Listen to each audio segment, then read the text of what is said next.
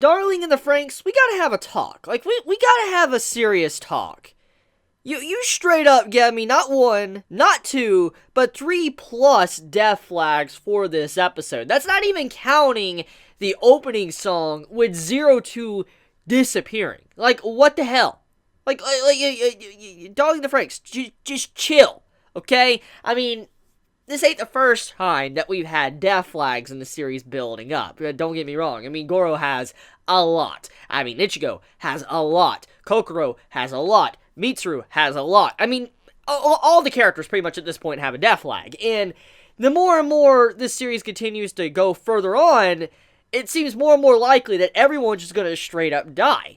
And I mean, with the whole thing going on with Miku in this episode and seeing her hair starting to gray, that definitely does prove the point that they're on borrowed time. Their time is very short for this world. And so I'm just like, I swear, I really hope some of my favorites don't end up dead before this series is over. But I mean, I do expect someone to die, but I really hope it's not Zero Two that ends up dying. I really hope not. Or my boy Goro. He needs to have a happy ending. That man, of all people in this series, Goro deserves a happy ending. I want to say right now, he is the bro of 2018. If that man does not have a happy ending, I'm going to be pretty livid. Not going to lie.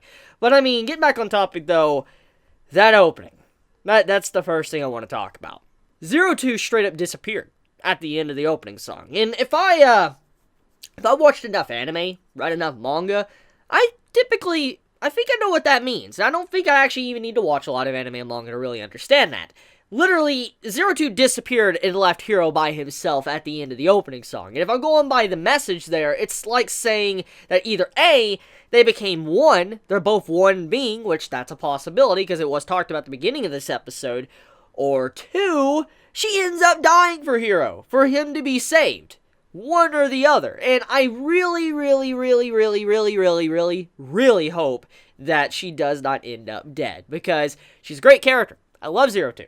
And if she ends up gone, I'm just going to be like, this is the entire situation with a certain other series, starting with a G from Studio Gainax. Not going to get into certain details in case for some reason you haven't watched the series, but I really hope we're not going down that route, because I really like Zero Two, and I don't want, Hiro and Zero Two to be separated at the end. After all of the stuff that happened in the previous episodes, the last two episodes, with the whole controversial debate with, Ichigo, Zero Two, fought and all that, I really hope that, she doesn't end up dead now after all of that drama that the community caused and the assault because of what happened 2 episodes prior. But okay, the opening, though, it has quite a few interesting scenes. Number one, you get to see a new character in the opening that also looks very different from Zero Two, but is obviously a humanoid Galaxosaur.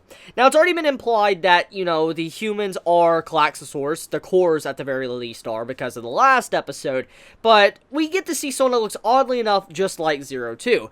And if I had to take an educated guess and assume anything, I want to assume that the Galaxosaur girl we saw in the opening song and at the end of the episode most likely is the Galaxosaur princess that, Papa and Ape was talking about. That is probably a possibility. If not that, most likely the Galaxosaur we saw is 001 or 01, because we do know that this series goes by numbers. It goes by, like, Ichigo and all that, and then we have 02 and all that. So when we look at these numbers and stuff, most likely there's someone that is below 02 and called 01. So maybe the other Galaxosaur girl that we saw in the opening and at the end of the episode could be 01. If not that, most likely is the giant hands that appeared out of the ground at the end of the last episode, which that is something to talk about when it comes to the opening song. So anyone notice that the hands popped up and you see the sunshine off in the distance, like the dawn of, the day, and you see how 02 is in the hands of these giant, monstrous Galaxosaur hands that came out of the ground. And when you look at the way the hands were designed, especially for that scene, they seem very compassionate. Like, they didn't seem like they were trying to cause bodily harm to 02 at all. Which makes me start wondering, is the Galaxosaurs really that evil? I mean, are they really as bad as we are supposed to believe them to be. Because, I mean, for all we know, Ape is truly the villain here, and our character's been working for the villain side the entire time. And maybe the Claxosaurs, it's entirely misunderstanding, and they were created by Ape and all that because of an experiment, and now they're just trying to get back at whatever Ape is trying to do. That is a possibility.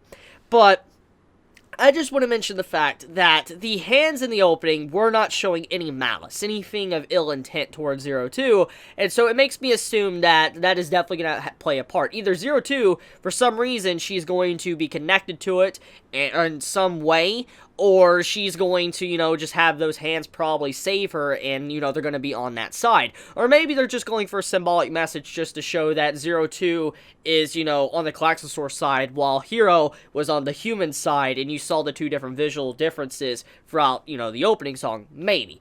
But I just wanted to point that out because that was definitely something very apparent with the song, and I thought that, you know, definitely is going to be very important for the future episodes. Now, speaking of this episode, let's talk about Mitsuru for a second. So, Mitsuru, he got his hair cut, trimmed. Now, I don't know how many of you are very aware of this, and I only know about this thanks to Tokyo Ghoul a long time ago when I was reading Tokyo Ghoul Ring, and at the beginning of the manga, I remember finding out that the reason why certain Japanese characters get their hair cut and why it's so important in a series is because it represents change. And with Mitsuru getting his haircut by Kokoro, it basically states that he wants to change as a person. He's willing to move forward and be a different dude. He doesn't want to be the same person, or he doesn't want to be a man filled with resentment and spite towards, you know, Hero. He wants to be able to move on. And so the haircut actually means a lot. It really symbolizes the fact that Mitsuru wants to take a new path. And also on top of that, with Kokoro doing that for him, it kind of symbolizes that the relationship has gone to a whole new height. Mitsuru's willing to allow her to see him and change as a person, and Kokoro's willing to help him out. She even kisses the man in the episode, which just really blew me away. I just didn't think of all times Kokoro would do something like that. I mean, it was bound to happen because of how she was going over to Mitsuru's side, but that does clarify now that, you know, they are definitely going to become a couple before everything is said and done. But, yeah, Mitsuru, though, the reason why his haircut's so important in this episode is because he's willing to move on. He's not holding grudges against Hero anymore. Now, speaking of other characters, let's talk about my boy, Futoshi. So, Futoshi, he got a lot slimmer in this episode. I thought there was something weird with his character design in this episode. Like, I legitimately thought, like, okay, what's going on with him? Like, why does he seem like, you know, he's so skinny? You hear that? Oh my god. Bad storm. Anyways, I'm gonna continue. Sorry if you hear any noise with the storm. But, anyways, Futoshi, his character design, he seemed very skinny. He seemed like, you know, he was, like, different. And then when it was finally stated that he was, like, you know, dieting, I'm like, okay, that explains a lot. That explains why, you know, he seems so skinny. But I'm like, holy crap, a month made him that skinny? That's crazy, man. He must not have been eating a lot just to be that skinny in just a month. And eventually, at the end of the episode, Zordomi confronts Futoshi. Is like, look, you need to eat. If you don't eat, you're not going to survive. You're going to die and all that, which, once again, another death flag. And I'm just like, huh? Like, wait a minute, this man's not even able to eat? Like, he even states it's not what you think. He's like, he's not able to eat. And he's puking everything up. So, it's not the fact that he just doesn't want to eat and he's dieting. It's the fact that he can't keep food down, which might have a role to play with the rapid aging. Now, I don't know exactly what disease it is. There most likely is a disease, and if anyone could clarify for me in the comments below, do so. But I don't know if there's a certain disease with old age. If you get too old, you can't keep food down. Maybe something like that's happening to Futoshi. Because we do see Miku aging in this episode, which that is the segue for me to get into that part. So, we have Zero Two actually washing Miku's hair, you know, about to, you know, rinse out her hair. And we see a quick glimpse of the back of, you know, Miku's hair, and she has white in her hair. And that obviously symbolizes aging or stress, depending on the series. And we know for a fact it's not stress, so it's aging.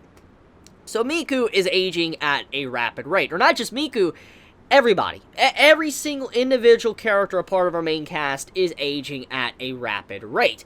Which does prove a theory now. that our characters, the reason why there's no adults a part of Ape and all that is because they died before they reached adulthood. So that means that they were never supposed to live that long in the first place. So they rapidly age, which goes along more with the theory with the fact that they're potentially clones or copies or something of regular humans. That's a possibility, because for them to be aging at the rate they are, they most likely don't have a long lifespan because they are clones or genetic experiments in whatever way. But, yeah, they're aging, which means that, they're probably all gonna die. At least one of them are probably gonna die of old aging, which Miku most likely is gonna be the first, since she's starting to show gray hair. So, yeah. Anyways, let's talk about Zero Two for a second. So, Zero Two's personality. Whoa, like, the exact opposite of what she has been throughout the journey of Darling in the FranXX. And I think many can agree with me that it was very jarring to see how different she was with this episode. But it makes sense, though, because number one, it's been a month time skip.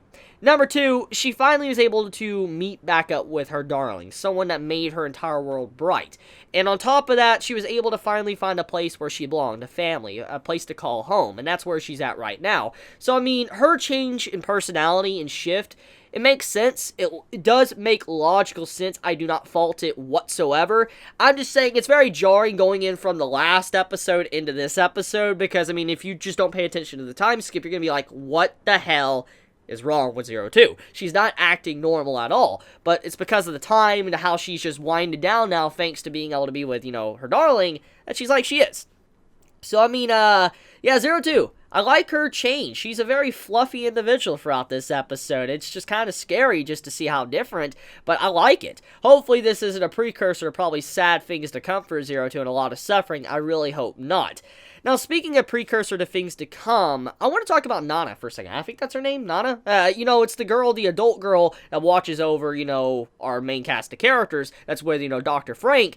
Dr. Frank is talking, and he says, like, oh, it's been done to you too, you've been through this as well, which, the way he talks to Nana like that is kind of the equivalent of saying he erased her memories, that, she also was once a Frank pilot, and she lost her memories, thanks to Dr. Frank erasing them, and so I wonder if that's what was being implied there, that Nana, the reason why she doesn't recognize certain things or understand certain things is because her memories were erased too, which goes against the fact of what was established in this episode. So if our characters are rapidly aging, how in the hell is Nana and Hachi been able to live for so long? Unless they were given something to be able to continue living long. That's what I'm very curious about. But, that's the big point with this episode. It was just showcasing that there was a lot of setup for the future, and Dr. Frank also is once again a very shady individual, because, I mean, it seems like he's trying to push our group of characters away from Papa and Ape.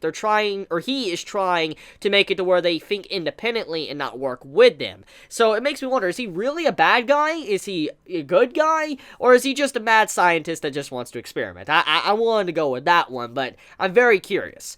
But I want to end this video here, so let me know your thoughts in the comments below. If you enjoy my content, please subscribe. If you like this video, please leave a like. Chibi out.